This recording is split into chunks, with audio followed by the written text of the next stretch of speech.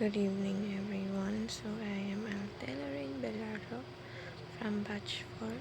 So, yung topic naman po na discuss natin today na discuss ni Pastor Russell ay tungkol sa ano nga ba ang kahalagan ng pagkatao ni Kristo. So, ito po para sa akin, medyo nakuha po ng atensyon ko yung isa sa mga application ni Pastor Russell na alam ng Panginoon yung ating mga paghihirap. Alam ni Lord yung bagay na mga pinagdadaan natin sa life.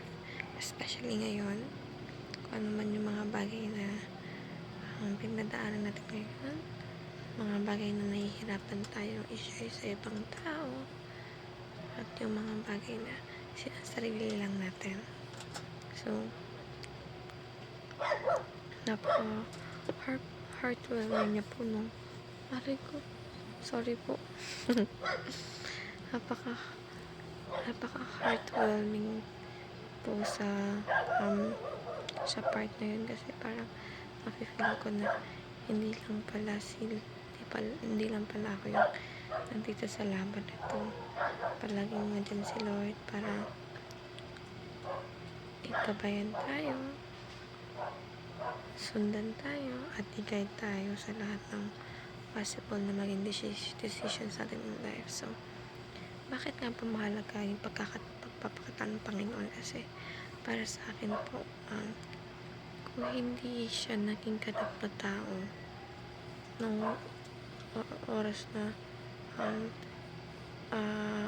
yung binigay siya ng Panginoon sa atin, hindi maiintindihan ng makararami, or hindi maiintindihan ng makararami kung gaano siya kadakila, kasi pinaghirapan niya, tinubos niya tayo mula sa mga kasalanan natin, at talaga namang pinagbayaran niya yung bagay na hindi naman siya yung gumawa, at hindi naman siya dapat yung magbayad nito.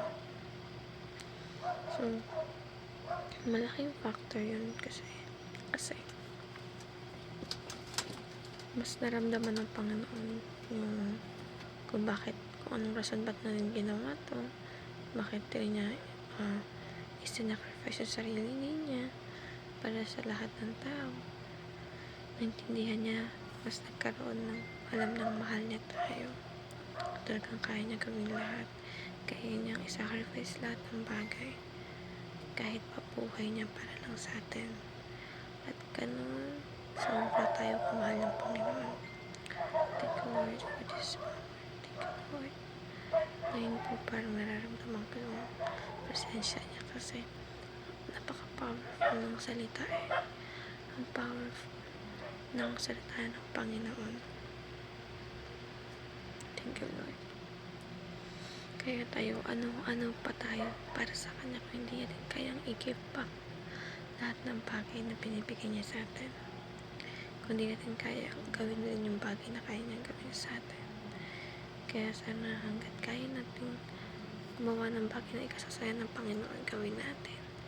At iwasan natin yung mga bagay na makakapagpalungkot sa Kanya. So, tanda na tayo.